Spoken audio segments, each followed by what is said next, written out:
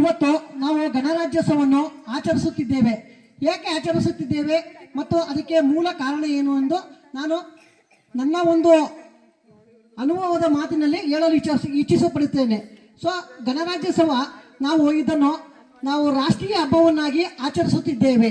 ಭಾರತ ಸಂವಿಧಾನವನ್ನು ಪ್ರಜಾಪ್ರಭುತ್ವ, ಸಾರ್ವಭೌಮತ್ವ ಮತ್ತು ಗಣರಾಜ್ಯ ಎಂದು ಘೋಷಿಸಿದ ದಿನವಿದು.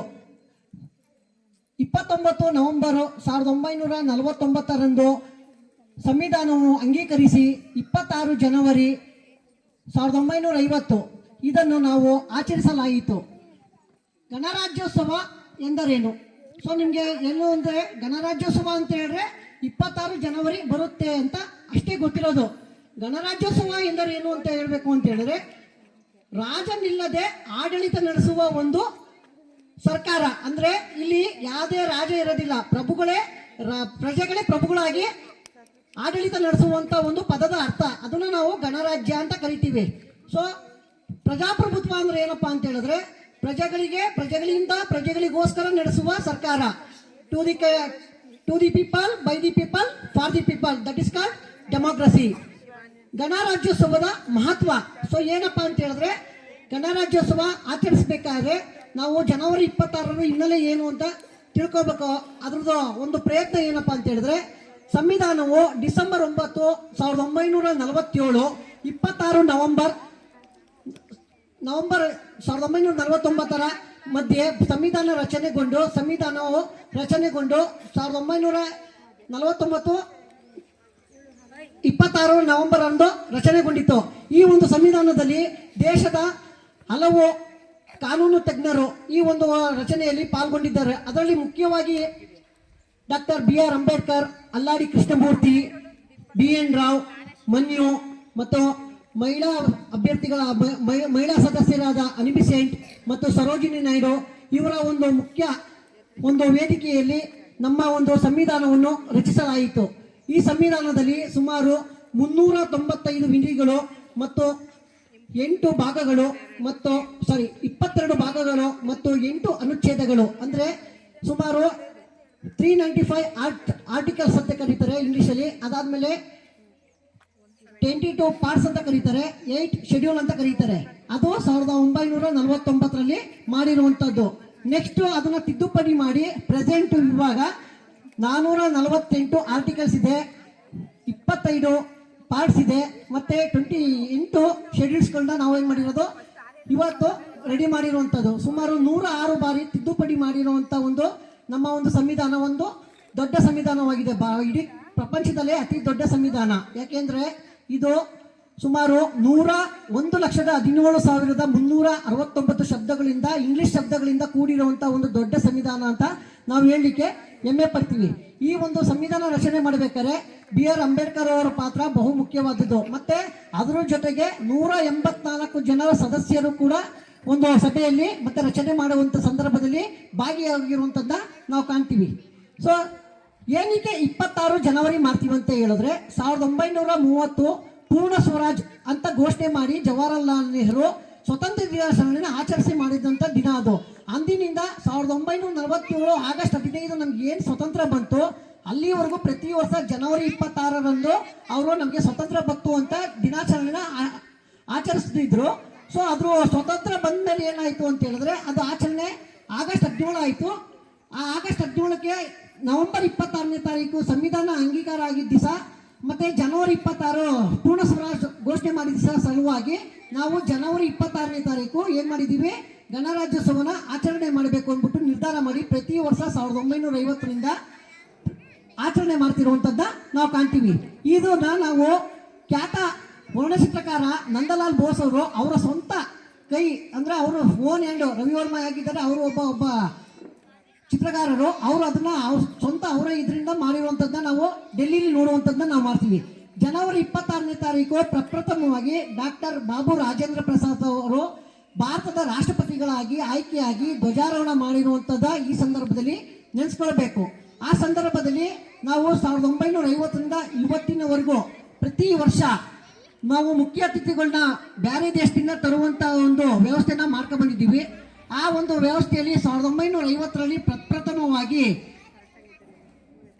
ಇಂಡೋನೇಷಿಯಾದ ಸುಕರಾಮ ಎಂಬ ಅಧ್ಯಕ್ಷರು ಈ ಒಂದು ಸಭೆಯಲ್ಲಿ ಅತಿಥಿಗಳಾಗಿ ಭಾಗವಹಿಸಿರುವಂತದ್ದು. ಮತ್ತೆ ಭಾರತೀಯ ಸಂವಿಧಾನದಲ್ಲಿ ಅಂಬೇಡ್ಕರ್ ಅವರ ಪಾತ್ರ ಏನಪ್ಪ ಅಂತ ಹೇಳಿದ್ರೆ, ಇವರು ಭಾರತದ ಸಂವಿಧಾನದ ಕರಡು ಪ್ರತಿಯ ಅಧ್ಯಕ್ಷರಾಗಿದ್ದರಂತರು. ಇವರ ಒಂದು ಅಧ್ಯಕ್ಷತೆಯಲ್ಲಿ ಸಂವಿಧಾನವನ್ನು ರಚನೆ ಮಾಡಿರುವಂಥದ್ರಲ್ಲಿ ಬಹಳ ಮುಖ್ಯ ಅಂತ ನಾವು ಹೇಳ್ಬೇಕಾಗುತ್ತೆ. ಇದರಲ್ಲಿ ಮುಖ್ಯವಾಗಿ ಏನು ಹೇಳ್ತಿದ್ದಾರೆ ಅಂತ ಹೇಳಿದ್ರೆ, ಅವರು ಎಲ್ಲಾ ನಾಗರಿಕರಿಗೆ ಸಮಾನ ಹಕ್ಕು ಕೊಡುವಂಥದ್ದು. ನೆಕ್ಸ್ಟ್ ಜಾತಿ, ಧರ್ಮ, ಲಿಂಗ ಭೇದ ಭಾವಗಳನ್ನು ತಿರಸ್ಕರಿಸುವಂಥದ್ದು, ಮತ್ತೆ ಮೂಲಭೂತ ಹಕ್ಕು ಮತ್ತೆ ಮೂಲಭೂತ ಕರ್ತವ್ಯಗಳನ್ನು ನಿರ್ದಿಷ್ಟಪಡಿಸುವಂಥದ್ದು ಅಂತ ಮುಖ್ಯವಾಗಿ ಅಂಬೇಡ್ಕರ್ ಅವರು ಹೇಳಿರುವಂಥದ್ದನ್ನ ನಾವು ಕಾಣ್ತೀವಿ. ಗಣರಾಜ್ಯೋತ್ಸವದ ಭಾಷಣದ ಮಹತ್ವ ಗಣರಾಜ್ಯೋತ್ಸವದಲ್ಲಿ ನಾವು ಭಾಷಣ ಮಾಡ್ತೀವಿ ಅಂತ ಹೇಳಿದ್ರೆ, ಈಗ ಪ್ರೆಸೆಂಟ್ ನಾವು ಮಾಡ್ತಾ ಇರೋದು ಏನಕ್ಕೆ ನೀವು ತಿಳ್ಕೋಬೇಕು ಅಂತ ಹೇಳೋದಾದ್ರೆ, ಗಣರಾಜ್ಯೋತ್ಸವ ಕೇವಲ ಇತಿಹಾಸ ಹೇಳುವ ಕಾರ್ಯಕ್ರಮ ಅಲ್ಲ, ಇದು ಇಂದಿನ ಭಾರತದ ಸವಾಲುಗಳಿಗೆ ಮತ್ತು ಯೋಜನೆಗಳಿಗೆ ಸ್ಫೂರ್ತಿದಾಯಕ ಒಂದು ಪದಗಳು ಅಂತ ಹೇಳಲಿಕ್ಕೆ ಇಷ್ಟಪಡ್ತೀನಿ. ಗಣರಾಜ್ಯೋತ್ಸವ ರಾಷ್ಟ್ರ ಮಟ್ಟದಿಂದ ಶಾಲಾ ಕಾಲೇಜುಗಳವರೆಗೆ. ಸೊ ಗಣರಾಜ್ಯೋತ್ಸವ ನಾವು ಏನ್ ಮಾಡ್ತೀವಿ ಅಂತ ಹೇಳಿದ್ರೆ, ಡೆಲ್ಲಿಲಿ ಕರ್ತವ್ಯ ಪಥ ಅಂತ ಎಂಬ ಸ್ಥಳದಲ್ಲಿ ನಾವೇನ್ ಮಾಡ್ತೀವಿ, ಗಣರಾಜ್ಯೋತ್ಸವನ ಬಹಳ ಅದ್ದೂರಿಯಾಗಿ ಒಂದು ನಾಡ ಹಬ್ಬ ಅಲ್ಲ, ಇದು ರಾಷ್ಟ್ರ ಹಬ್ಬವಾಗಿ ಆಚರಣೆ ಮಾಡ್ತೀವಿ ಪ್ರತಿ ವರ್ಷ. ಈಗ ನೀವು ಏನ್ ಮಾಡ್ತೀರಾ ಅಂತ ಹೇಳಿದ್ರೆ, ಸ್ಕೂಲಿಂದ ಮನೆಗೆ ಹೋದ ತಕ್ಷಣ 10 ಗಂಟೆಯಿಂದ 12 ಗಂಟೆ ಕಾರ್ಯಕ್ರಮ ಇರುತ್ತೆ, ಡೈರೆಕ್ಟ್ ಲೈವ್ ಬರುತ್ತೆ. ಪ್ರತಿಯೊಬ್ಬರು ನೋಡ್ಲೇಬೇಕು ಅದ್ರಲ್ಲಿ ಏನಿದೆ, ಏನು ಯಾವ ರೀತಿ ಆಚರಣೆ ಮಾಡ್ತಾರೆ ಅಂತ. ಅದರಲ್ಲಿ ನಾವು ಕರ್ತವ್ಯ ಪಥದಲ್ಲಿ ಏನೇನು ನೋಡ್ತೀವಿ ಅಂತ ಹೇಳಿದ್ರೆ, ಭಾರತೀಯ ಸೇನಾ ಶಕ್ತಿಗಳು, ನಮ್ಮ ಸೇನಾ ಶಕ್ತಿ ಎಷ್ಟು ಬಲಾಢ್ಯವಾಗಿದೆ ಮತ್ತೆ ಯಾವ ರೀತಿ ಅವರು ವರ್ಕ್ ಮಾಡ್ತಿದ್ದಾರೆ, ನಮ್ಮ ಒಂದು ಸೈನ್ಯ ಯಾವ ರೀತಿ ರಕ್ಷಣೆ ಕಾಯ್ತಿದ್ದಾರೆ ಅನ್ನೋದು ಒಂದು ತೋರಿಸುವ ಒಂದು ಪ್ರಯತ್ನನ ಆ ಒಂದು ಗಣರಾಜ್ಯೋತ್ಸವ ದಿವಸ ಪೆರೇಡ್ ಅಲ್ಲಿ ನಡೆಸುವಂತದ್ದನ್ನ ನಾವು ನೋಡ್ತೀವಿ. ನೆಕ್ಸ್ಟ್ ಸೆಕೆಂಡ್ ಏನ್ ಮಾಡ್ತೀವಿ ಅಂತ ಹೇಳಿದ್ರೆ, ವಿವಿಧ ರಾಜ್ಯಗಳ ಸಾಂಸ್ಕೃತಿಕ ಜಾಂಕಿ ಅಂತ ಹೇಳಿದ್ರೆ ಕಲ್ಚರಲ್ ಪ್ರೋಗ್ರಾಮ್ಸ್. ಏನಪ್ಪಾ ಅಂತ ಹೇಳಿದ್ರೆ, ಒಂದೊಂದು ರಾಜ್ಯದಲ್ಲಿ ಒಂದೊಂದು ಕಲ್ಚರಲ್ ಪ್ರೋಗ್ರಾಮ್ಸ್ ನ ಅವ್ರೇನ್ ಮಾಡ್ತಾರೆ, ಇವೆಂಟ್ ಮಾಡಿರ್ತಾರೆ. ಇವತ್ತು 13 ರಾಜ್ಯಗಳಿಂದ ಸುಮಾರು 30 ಕಲ್ಚರಲ್ ಪ್ರೋಗ್ರಾಮು, ಸ್ತಬ್ಧ ಚಿತ್ರಗಳು ಬಂದಿರುವಂತದ್ದನ್ನ ನಾವು ಈ ವರ್ಷ ನೋಡಬಹುದಾಗಿದೆ. ಮತ್ತೆ ಈ ದೇಶದ ವೈವಿಧ್ಯ ಮತ್ತೆ ವೈವಿಧ್ಯತೆಯಲ್ಲಿನ ಏಕತೆ. ಸೊ ವೈವಿಧ್ಯ ಮತ್ತೆ ವೈವಿಧ್ಯತೆಯಲ್ಲಿ ಏಕಿನ ಅಂದ್ರೆ ಏನಪ್ಪಾ ಅಂತ ಹೇಳಿದ್ರೆ, ಯಾವ ರೀತಿ ನಮ್ದು ಕಲ್ಚರಲ್ ಇಂಡಿಯಾ ಬಂತು ಮತ್ತೆ ಯಾವ ರೀತಿ ಅದನ್ನ ನಾವು ಯೂನಿಫಿಕೇಶನ್ ಮಾಡ್ಕೊಂಡಿದೀವಿ ಅಂತದ ತೋರಿಸುವಂತ ಪ್ರಯತ್ನ. ಮುಖ್ಯವಾಗಿ ನಾವು 3ನ ನಾವು ನೋಡುವಂತದ್ದು. ಯಾವ್ದ್ರಲ್ಲಿ? ಗಣರಾಜ್ಯೋತ್ಸವ ಕರ್ತವ್ಯ ಪಥ ಡೆಲ್ಲಿಲಿ ಇರುವಂತದ್ದು. ಮಾತಾಡಬಾರ್ದು, ಸೈಲೆಂಟ್. ಶಾಲಾ ಕಾಲೇಜುಗಳಲ್ಲಿ ಗಣರಾಜ್ಯೋತ್ಸವ ಯಾಕಪ್ಪ ಶಾಲಾ ಕಾಲೇಜಲ್ಲಿ ಗಣರಾಜ್ಯೋತ್ಸವ ಆಚರಿಸಬೇಕು? ಮುಖ್ಯವಾಗಿ ನಾವು ರಾಷ್ಟ್ರೀಯ ಹಬ್ಬ ಅಂತ 3 ಆಚರಣೆ ಮಾಡ್ತೀವಿ. ಒಂದು ಸ್ವತಂತ್ರ ದಿನಾಚರಣೆ, 2ನೇದು ಬಂದ್ಬಿಟ್ಟು ಗಣರಾಜ್ಯೋತ್ಸವ, 3ನೇದು ಬಂದ್ಬಿಟ್ಟು ಗಾಂಧಿ ಜಯಂತಿ. ಸೊ ಇದನ್ನ ನಾವು ರಾಷ್ಟ್ರೀಯ ಹಬ್ಬ ಅಂದ್ಬಿಟ್ಟು ಮುಖ್ಯವಾಗಿ ಪರಿಗಣಿಸಿ ನಾವು ಆಚರಣೆ ಮಾಡೋದು. ಅದರಲ್ಲೂ ಜನವರಿ 1st ಮಂತ್ ಅಲ್ಲಿ ಬರುವಂತದ್ದು ಯಾವ್ದಪ್ಪ ಅಂತ ಹೇಳಿದ್ರೆ ಗಣರಾಜ್ಯೋತ್ಸವ. ಶಾಲಾ ಕಾಲೇಜುಗಳಲ್ಲಿ ಯಾಕೆ ಆಚರಿಸಬೇಕು? ಎಲ್ಲ ಅವರು ಫ್ರೀಡಮ್ ಫೈಟರ್ಸ್ ಮತ್ತೆ ಪೊಲಿಟಿಕಲ್ ಲೀಡರ್ಸ್, ಮತ್ತೆ ನಾವ್ ಯಾಕೆ ಆಚರಿಸಬೇಕು? ನೀವು ತಿಳ್ಕೋಬೇಕಾಗಿರುವಂತ ವಿಷಯ ಏನಪ್ಪಾ ಅಂತ ಹೇಳಿದ್ರೆ, ಶಾಲಾ ಕಾಲೇಜುಗಳಿಗೆ ಗಣರಾಜ್ಯೋತ್ಸವ ಭಾಷಣ ವಿದ್ಯಾರ್ಥಿಗಳಿಗೆ ಪ್ರಮುಖ ಚಟುವಟಿಕೆಗಳಾಗಿರುತ್ತವೆ.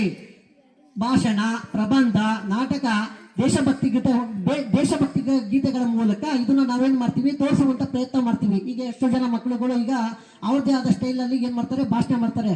ಅದ್ರ ಬಗ್ಗೆ ಏನಾಗುತ್ತೆ, ಮಕ್ಕಳಿಗೆ ಅವೇರ್ನೆಸ್ ಪ್ರೋಗ್ರಾಮ್ ಕೊಡುವಂತ ಒಂದು ಪ್ರಯತ್ನ. ಇಂಥವ್ರು ಈ ರೀತಿ ಎಲ್ಲ ಸಾಧನೆ ಮಾಡಿದ್ರು ನಮ್ಗೆ ಏನ್ ಗಣರಾಜ್ಯ ಬಂತು ಅಂತ ಆ ಮಕ್ಕಳುಗಳು ಏನ್ ಹೇಳ್ತಾರೆ ಅದನ್ನ ತಿಳಿಸುವಂತ ಪ್ರಯತ್ನ. ಪ್ರಬಂಧ ಬರ್ಸೋದೇನಕ್ಕೆ, ಒಂದು ಹ್ಯಾಂಡ್ ರೈಟಿಂಗ್ ಇಂಪ್ರೂವ್ಮೆಂಟ್ ಆಗುತ್ತೆ ಮತ್ತೆ ಅವ್ರ ಬಗ್ಗೆ ಹೆಚ್ಚಿಗೆ ಸ್ಕಿಲ್ ಡೆವಲಪ್ಮೆಂಟ್. ನಾಟಕ ಅಂತ ಹೇಳಿದ್ರೆ ಎಲ್ಲರೂ ಫಿಲಮ್ ನೋಡ್ತೀರಾ, ಎಲ್ಲ ನಾಟಕ ನೋಡ್ತೀರಾ, ನಾಟಕದ ಮುಖಾಂತರ ಏನ್ ಮಾಡ್ತೀವಿ, ನಾವು ತೋರಿಸುವಂತ ಪ್ರಯತ್ನ ಮಾಡುವಂಥದ್ದು. ಇದು ಶಾಲಾ ಕಾಲೇಜಲ್ಲಿ ಮುಖ್ಯವಾಗಿ ನಾವು ಮಾಡುವಂಥದ್ದು ಮಾಡ್ತೀವಿ. ಒಂದು ಉತ್ತಮ ಗಣರಾಜ್ಯೋತ್ಸವ ಭಾಷಣ ಹೇಗಿರುತ್ತೆ ಅಂತ ಹೇಳಿದ್ರೆ, ಸಂವಿಧಾನ ಮೌಲ್ಯಗಳನ್ನ ನೆನಪಿಸುತ್ತೆ. ಸೊ ನಮ್ದು ಒಟ್ಟು ಎಷ್ಟು ಸಂವಿಧಾನಗಳಿವೆ? ಸುಮಾರು 448 ಆರ್ಟಿಕಲ್ಸ್ ಇರುವಂತದನ್ನ ನಾವು ನೋಡ್ತೀವಿ. ಅದನ್ನ ನಾವೇನ್ ಮಾಡ್ತದೋ ನೆನಪಿಸ್ತದೆ, ಇಷ್ಟೊಂದು ಇದೆಯಾ ನಮ್ಗೆ ಅಂತ. 2ನೇದು ನಾಗರಿಕ ಕರ್ತವ್ಯಗಳ ಬಗ್ಗೆ ಅರಿವು ಮೂಡಿಸೋದು. ನಾಗರಿಕ ಕರ್ತವ್ಯಗಳು ಅಂತ ಅಂದ್ರೆ ಏನು? ಒಳ್ಳೆ ಕೆಲಸ ಮಾಡೋದು, ಮತ್ತೆ ಯಾವ ರೀತಿ ನಾವು ಅಚೀವ್ಮೆಂಟ್ ಮಾಡಬೇಕು, ಯಾವ ರೀತಿ ಅಚೀವ್ಮೆಂಟ್ ಮಾಡಿರೋರ್ನ ನಾವು ಅದನ್ನ ಇನ್ಸ್ಪಿರೇಷನ್ ಆಗಿ ತಗೋಬೇಕು ಅನ್ನೋದ ತೋರಿಸುವಂಥದ್ದು. 3ನೇದೇನು? ಯುವ ಜನತೆಗೆ ಪ್ರೇರಣೆಯಾಗಿ ಕಾರ್ಯನಿರ್ವಹಿಸೋದು.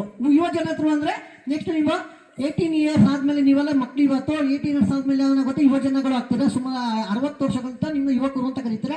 ಅವರ ಕಾಂಟ್ರಿಬ್ಯೂಷನ್ ಏನಿದೆ ನಮ್ಮ ಒಂದು ರಿಪಬ್ಲಿಕ್ ನೇಷನ್ಸ್ ಅಲ್ಲಿ ಅನ್ನೋದ ತಿಳಿಸುವಂತ ಒಂದು ಪ್ರಯತ್ನ. ಇಂದಿನ ಯುವ ಜನತೆ ಮತ್ತು ಗಣರಾಜ್ಯೋತ್ಸವ comparison of the youth and republic day ಯಾವ ರೀತಿ ಅಂತ ಹೇಳಿದ್ರೆ, ಇಂದಿನ ಯುವ ಜನತೆ ತಂತ್ರಜ್ಞಾನ, ವೇಗ, ಜೀವನದ ನಿರ್ಧಾರ ಆಗಿದ್ದರು ಗಣರಾಜ್ಯೋತ್ಸವ ಅವರಿಗೆ ಒಂದು ಪ್ರಶ್ನೆಯಾಗಿಯೇ ಕಾಡುತ್ತಿದೆ. ನಮ್ದು ಸಂವಿಧಾನ ಮೌಲ್ಯವಾಗಿದೆಯೋ ಅಥವಾ ಇಲ್ಲವೋ? ಯಾಕೆ ಅಂತ ಹೇಳಿದ್ರೆ ಇವತ್ತು ಎಷ್ಟೋ ಕಡೆ ಕರಪ್ಷನ್ ನಡೀತಾ ಇದೆ, ಎಷ್ಟೋ ಕಡೆ ಹಾನೆಸ್ಟ್ ಆಗಿದ್ದಾರೆ. ಬಟ್ ಯಾವ್ದು ಒಳ್ಳೆಯದು ಯಾವ್ದು ಕೆಟ್ಟದು ಅಂತ ನೋಡುವಂತ ಪ್ರಯತ್ನ ಮಾಡ್ತಿದ್ದಾರೆ. ಅದು ಕನ್ಫ್ಯೂಷನ್ ಮೈಂಡ್ ಇದೆ. ಅದನ್ನ ಯುವ ಜನತೆಗೆ ತಿಳಿಸುವಂತ ಪ್ರಯತ್ನದಲ್ಲಿ ನಾವೇನ್ ಮಾಡಬೇಕು, ಇವತ್ತು ಈ ಗಣರಾಜ್ಯೋತ್ಸವನ ಆಚರಿಸಿ ಅದ್ರ ಬಗ್ಗೆ ಎಕ್ಸ್ಪ್ಲೇನ್ ಮಾಡುವಂತದ್ದು ಮಾಡಬೇಕು. ಅದ್ರಲ್ಲಿ ಏನೇನಿರುತ್ತೆ ಅಂತ ಹೇಳಿದ್ರೆ, ಕಾನೂನು ಪಾಲನೆ ಮಾಡಬೇಕು, ಸತ್ಯನಿಷ್ಠೆ ಅನ್ನೋದು ಇರಬೇಕು, ಮತ್ತೆ ಸಾಮಾಜಿಕ ಹೊಣೆಗಾರಿಕೆ. ಸೊ ಈ ಮೂರನ್ನ ನಾವು ಅಳವಡಿಸ್ಕೊಂಡ್ರೆ ಯುವಕರು ಏನ್ ಮಾಡಿರ್ತಾರೆ, ಗಣರಾಜ್ಯೋತ್ಸವ ಆಗಲಿ ನಮ್ಮ ಸಂವಿಧಾನ ಆಗಲಿ ಅದನ್ನ ಸಕ್ಸಸ್ ಮಾಡೋದ್ರಲ್ಲಿ ಯಾವುದೇ ರೀತಿ ಸಂಶಯ ಇಲ್ಲ. ಗಣರಾಜ್ಯೋತ್ಸವದ ಮಹತ್ವ ಏನಪ್ಪಾ? ಗಣರಾಜ್ಯೋತ್ಸವದ ಮಹತ್ವ ಅಂತ ಹೇಳಿದ್ರೆ, ಸಂವಿಧಾನದ ಗೌರವ, ಹಕ್ಕುಗಳ ಮೂಲ. ಸಂವಿಧಾನಕ್ಕೆ ನಾವು ಗೌರವ ಕೊಟ್ಟು ಅದ್ರ ಹಕ್ಕು ಏನು ಅಂತ ತಿಳ್ಕೊಳ್ಳುವಂತ ಒಂದು ಪ್ರಯತ್ನದಲ್ಲಿ ನಾವು ಸಫಲರಾಗೋದು. ಮತ್ತೆ ಸಮಾನತೆ, ಎಲ್ಲರೂ ಕಾನೂನಿನ ಮುಂದೆ ಸಮಾನರು. ಸಮಾನತೆ ಅಂದ್ರೆ ಈಕ್ವಾಲಿಟಿ. ಇಲ್ಲಿ ಯಾರು ದೊಡ್ಡವರಲ್ಲ, ಶ್ರೀಮಂತರು ಬಡವರು, ವಿದ್ಯಾವಂತ ಅವಿದ್ಯಾವಂತ, ಮೇಲು ಕೀಳು ಅನ್ನೋದು ಯಾವುದೂ ಇಲ್ಲ. ಫಾರ್ ಎಕ್ಸಾಂಪಲ್ ಎಷ್ಟೋ ಜನ ಇದ್ದಾರೆ ನಿಮ್ಗೆ ಗೊತ್ತಿರುವಂತದ್ದು ಮಹಾನ್ ವ್ಯಕ್ತಿಗಳು. ಆ ರೀತಿ ಎಲ್ಲ ಕಾನೂನು ಮುಂದೆ ಶರಣಾಗ್ಲೇಬೇಕು. ಆಮೇಲೆ ಪ್ರಜಾಸತ್ತಾತ್ಮಕ ವ್ಯವಸ್ಥೆ ಮತ್ತು ಜನರೇ ಆಡಳಿತಗಾರರು. ಪ್ರಜಾಸತ್ತಾತ್ಮಕ ವ್ಯವಸ್ಥೆ ಅಂತ ಹೇಳಿದ್ರೆ ಏನು ಅಂದ್ರೆ, ಪ್ರಜೆಗಳಿಂದ ಪ್ರಜೆಗಳಿಗೋಸ್ಕರ, ಪ್ರಜೆಗಳಿಗೋಸ್ಕರ. So by the people, for the people, to the people ಅಂತ ಏನ್ ಹೇಳ್ತೀವಿ, ಅದೇ ರೀತಿಲಿ ಪ್ರಜೆಗಳೇ ಪ್ರಭುಗಳು ಅನ್ನೋ ಒಂದು ಕಾನ್ಸೆಪ್ಟ್ ಇಟ್ಕೊಂಡು ನಾವು ಗಣರಾಜ್ಯೋತ್ಸವನ ಆಚರಣೆ ಮಾಡುವಂತದ್ದನ್ನ ನಾವು ಮಾಡ್ತೀವಿ. ಇಷ್ಟು ಗಣರಾಜ್ಯೋತ್ಸವದಲ್ಲಿ ನಾವೆಲ್ಲ ತಗೊಳ್ಳುವಂತ ಒಂದು ತಿಳ್ಕೊಳ್ಳುವಂತ ಒಂದು ಪ್ರಯತ್ನ. ಮತ್ತೆ ಈ ವರ್ಷ ಗಣರಾಜ್ಯೋತ್ಸವ ಡೆಲ್ಲಿಲಿ ಯಾವ ರೀತಿ ಪ್ರಿಪೇರ್ ಆಗಿದೆ ಅಂತ ಹೇಳೋದಾದ್ರೆ, ಗಣರಾಜ್ಯೋತ್ಸವ ಭಾಷಣ ಕೇವಲ ಇತಿಹಾಸ ಹೇಳುವ ಕಾರ್ಯಕ್ರಮವಲ್ಲ, ಇದು ಭಾರತದ ಯುವಜನರ ಬಗ್ಗೆ ಚಿಂತೆ ಮಾಡುವ ಅವಕಾಶವೂ ಹೌದು. ಅದರಲ್ಲಿ ಈ ಸಲ ಏನಪ್ಪಾ ಅಂದ್ರೆ, ಮುಖ್ಯವಾಗಿ 5 ನಾವು ಹೊಸ ಇವೆಂಟ್ ನ ನೋಡುವಂತದ್ದು. ಯಾಕೆಂತ ಹೇಳಿದ್ರೆ, ಭಾರತದ ಇತಿಹಾಸದಲ್ಲಿ 1950ರಿಂದ 2026ವರೆಗೂ 77ನೇ ಗಣರಾಜ್ಯೋತ್ಸವ ಮಾಡ್ತಿದ್ದೀವಿ. ಈ 77 ಗಣರಾಜ್ಯೋತ್ಸವದಲ್ಲಿ 76 ಬಾರಿ ಮುಖ್ಯ ಅತಿಥಿಗಳಿಗೆ ಬೇರೆ ದೇಶದಿಂದ ಬಂದಿರುವಂತದ್ದನ್ನ ನಾವು ನೋಡ್ತೀವಿ. ಆದ್ರೆ ಬೇರೆ ದೇಶದಿಂದ ಬಂದಿರುವಂತ ವ್ಯಕ್ತಿಗಳಲ್ಲಿ ಒಬ್ರು ಮುಖ್ಯ ಅತಿಥಿಗಳಾಗಿ ಬರ್ತಿದ್ರು. ಆದ್ರೆ ಈ ಸಲ ಪ್ರಪ್ರಥಮವಾಗಿ ವಿಭಿನ್ನವಾಗಿ 2 ಮುಖ್ಯ ಅತಿಥಿಗಳನ್ನ ನಾವು ಕರೆದಿರುವಂತದ್ದು. ಯುರೋಪಿಯನ್ ಕೌನ್ಸಿಲ್ ಅಧ್ಯಕ್ಷ ಆಂಟೋನಿಯೋ ಕೋಸ್ಟಾ ಮತ್ತೆ ಯುರೋಪಿಯನ್ ಒಕ್ಕೂಟ ಅಧ್ಯಕ್ಷ ಉರ್ಸುಲಾ ವಾನ್ ಲೇನ್ ಡೇನ್ ಅನ್ಬಿಟ್ಟು 2 ನಾವು ಮುಖ್ಯ ಅತಿಥಿಗಳಾಗಿ ನಾವೇನ್ ಮಾಡಿದೀವಿ, ಈ ಬಾರಿ ಇನ್ವೈಟ್ ಮಾಡಿರುವಂತದ್ನ ನಾವು ಕಾಣ್ತೀವಿ. ಎರಡನೇದು ಏನಪ್ಪಾ, ಈ ಸಲ ನಾವು ಡೆಲ್ಲಿಲಿ ಮುಖ್ಯ ನೋಡೋದು ಅಂತ ಹೇಳಿದ್ರೆ, ಒಂದೇ ಮಾತರಂ. ಗೊತ್ತಾ ಎಲ್ರು ಒಂದೇ ಮಾತರಂ? 150 ವರ್ಷಗಳ ಇತಿಹಾಸ ಹೊಂದಿರೋ ಒಂದೇ ಮಾತರಂನ ನಾವು ಈ ವರ್ಷ 150ನೇ ವರ್ಷದ ಸೆಲೆಬ್ರೇಷನ್ ಮಾಡ್ತಿದ್ದೀವಿ. ಅದ್ರದ ನೆನಪಿಗಾಗಿ ಏನ್ ಮಾಡ್ತಿದ್ದೀವಿ ಅಂತ ಹೇಳಿದ್ರೆ, ಜನವರಿ 26 ಬರೀ ಪೆರೇಡ್ ಪತ್ನಲ್ಲಿ ಬರೀ ಪೆರೇಡ್ ಮಾಡೋದಲ್ಲ, ಒಂದೇ ಮಾತರಂ ಗೀತೆನ ಬಂಕಿಂ ಚಂದ್ರ ಚಟರ್ಜಿ ಅವರು ಬರೆದಿರುವಂತದ್ದು. ಮತ್ತೆ 150 ವರ್ಷಗಳ ಕಾಲ ಅದಕ್ಕೆ ಒಂದು ಇತಿಹಾಸ ಇರುವಂತದ್ದನ್ನ ನಾವೇನ್ ಮಾಡ್ತೀವಿ, ಆ ಒಂದು ಇದರಲ್ಲಿ ಪೆರೇಡ್ ನಲ್ಲಿ ತೋರಿಸುವಂತ ಒಂದು ಪ್ರಯತ್ನನ ಈ ಬಾರಿ ಮಾಡ್ತಿರುವಂತದ್ದನ್ನ ಕಾಣ್ತೀವಿ. ಮೂರನೇದು ಏನಪ್ಪಾ ಅಂತ ಹೇಳಿದ್ರೆ, ಬ್ಯಾಟಲ್ ಅರೆ ಅಥವಾ ಸಮರ ವಿನ್ಯಾಸ. ಸೊ ನಿಮ್ಗೆ ಎಲ್ಲ ಗೊತ್ತು, ಸೈನಿಕರಾಗಬೇಕು ಅಂತ ಎಷ್ಟೋ ಜನ ವಿದ್ಯಾರ್ಥಿಗಳು ಇದ್ದೀರಾ. ಆ ವಿದ್ಯಾರ್ಥಿಗಳಲ್ಲಿ ಸೈನಿಕರು ಯಾವ ರೀತಿ ಮಾಡ್ತಾರೆ ಯುದ್ಧ, ಅಲ್ಲಿ ಯಾವ ರೀತಿ ಪ್ರಿಕಾಷನ್ ಮಾಡಬೇಕು ಅನ್ನೋದು ಏನ್ ಮಾಡ್ತಾರೆ. ಈ ಸಲ ನೀವು ಏನ್ ಮಾಡೋದು, ನೀವು ಹೋಗಿ ನೀವು ಸೈನಿಕರೇ ಆಗ್ಬೇಕಾಗಿಲ್ಲ, ಯಾವ ರೀತಿ ಪ್ರಿಪರೇಷನ್ ನಡೀತಿದೆ, ಯಾವ ರೀತಿ ಅವ್ರು ಬಾಂಬ್ ಹಾಕ್ತಾರೆ, ಯಾವ ರೀತಿ ಅವರು ಎಲ್ಲ ಅವಾಯ್ಡ್ ಮಾಡ್ತಾರೆ ಅನ್ನೋದು ಏನ್ ಮಾಡ್ತಾರೆ ತೋರಿಸುವಂತ ಪ್ರಯತ್ನ. ಅಂದ್ರೆ ಬ್ಯಾಟಲ್ ಅರೆ ವಿನ್ಯಾಸ ಅಂತ ಹೇಳ್ತೀವಿ. ಅಂದ್ರೆ ಯುದ್ಧ ಭೂಮಿಯಲ್ಲಿ ಹೇಗೆ ಸೇನೆ ಸಜ್ಜಾಗುತ್ತದೆ, ಮತ್ತೆ ಅದೇ ರೀತಿ ಟ್ಯಾಂಕರ್ಗಳು, ಕ್ಷಿಪಣಿಗಳು, ಡ್ರೋನ್ಗಳು ಮತ್ತು ಯಾಂತ್ರೀಕೃತ ಪ್ರದರ್ಶನಗೊಳ್ಳಲಿದೆ. ಭಾರತೀಯ ವಾಯುಪಡೆ ವಿಶೇಷ ವಿಮಾನಗಳು ಮತ್ತು ಹೆಲಿಕಾಪ್ಟರ್ ಫ್ಲೈ ಫಾಸ್ಟ್ ಆಕಾಶದಲ್ಲಿ ತಮ್ಮ ಕೌಶಲ್ಯವನ್ನು ತೋರಿಸಲಿದೆ. ಫ್ಲೈ ಫಾಸ್ಟ್ ಅಂತ ಹೇಳಿದ್ರೆ ಏರ್ ಶೋ ಅಂತ ಹೇಳ್ತಾರೆ. ಸೊ ಏರ್ ಶೋ ಮೇಲ್ಗಡೆ ಹಾರಾಡುವಂತದ್ದನ್ನ ನಾವು ಏನ್ ಮಾಡ್ತಾರೆ ತೋರಿಸುವಂತ ಪ್ರಯತ್ನ.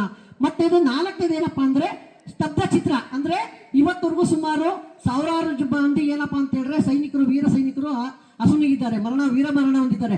ಅವ್ರದ್ದು ಸ್ತಬ್ಧ ಚಿತ್ರನ ಏನ್ ಮಾಡೋದು, ವಾಯುಪಡೆ ಸೇನಾದವರು ಏನ್ ಮಾಡ್ತಾರೆ ತೋರಿಸಿರುವಂತ ಒಂದು ಪ್ರಯತ್ನ ಮಾಡಿರುವಂತದ್ದು. ಕಡೆಯದು ಏನಪ್ಪಾ ಅಂದ್ರೆ, ಈ ಸಲ ವಿಶೇಷತೆ ಅಂತ ಹೇಳಿದ್ರೆ, ಜನಸಾಮಾನ್ಯರೇ ವಿಶೇಷ ಅತಿಥಿಗಳು. ಅದಕ್ಕೆ ಏನಂತಾರೆ ಅಂತ ಹೇಳಿದ್ರೆ, ಹಿಂದಿಲಿ ಜನಭಾಗಿದಾರ ಅಂತ ಹೇಳ್ತಾರೆ. ಆ ಜನಭಾಗಿದಾರ ಅಂತ ಹೇಳಿದ್ರೆ ಸುಮಾರು 10,000 ಜನ ವಾಲಂಟ್ರಿ ಆಗಿ ಬಂದು ಇನ್ವೈಟ್ ಮಾಡಿರ್ತಾರೆ.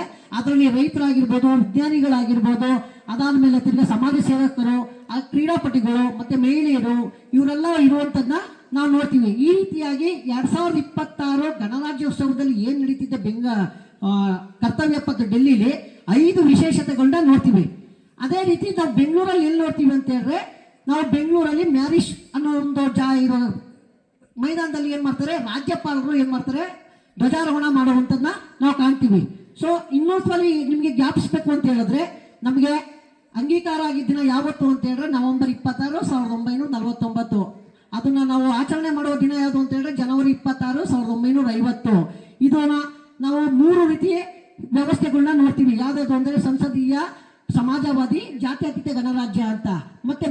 ಅಂಶಗಳನ್ನ ನಾವು ಇದರಲ್ಲಿ ಕಾಣ್ತೀವಿ. ಯಾವುದು? ಶಾಸಕಾಂಗ, ಕಾರ್ಯಾಂಗ, ನ್ಯಾಯಾಂಗ.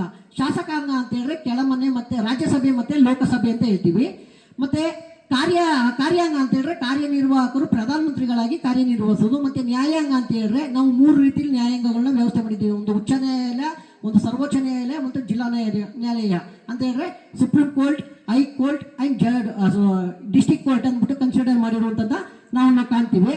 ಸೊ ಈ ಒಂದು ಭಾಷಣ ಪ್ರಸ್ತಾವನೆನ ಮಾಡಲು ಅವಕಾಶ ಮಾಡಿಕೊಟ್ಟಂತ ಆಡಳಿತ ಮಂಡಳಿ ಮತ್ತು ಪ್ರಾಂಶುಪಾಲರಿಗೂ ಧನ್ಯವಾದ ತಿಳಿಸುತ್ತಾ ಮತ್ತೊಮ್ಮೆ ಎಲ್ಲರಿಗೂ 77ನೇ ಗಣರಾಜ್ಯೋತ್ಸವದ ಶುಭಾಶಯಗಳೊಂದಿಗೆ ನನ್ನ ಮಾತನ್ನು ಮುಗಿಸುತ್ತಿದ್ದೇನೆ. ಜೈ ಹಿಂದ್, ವಂದೇ ಮಾತರಂ, ಜೈ ಭಾರತ್ ಮಾತೆ.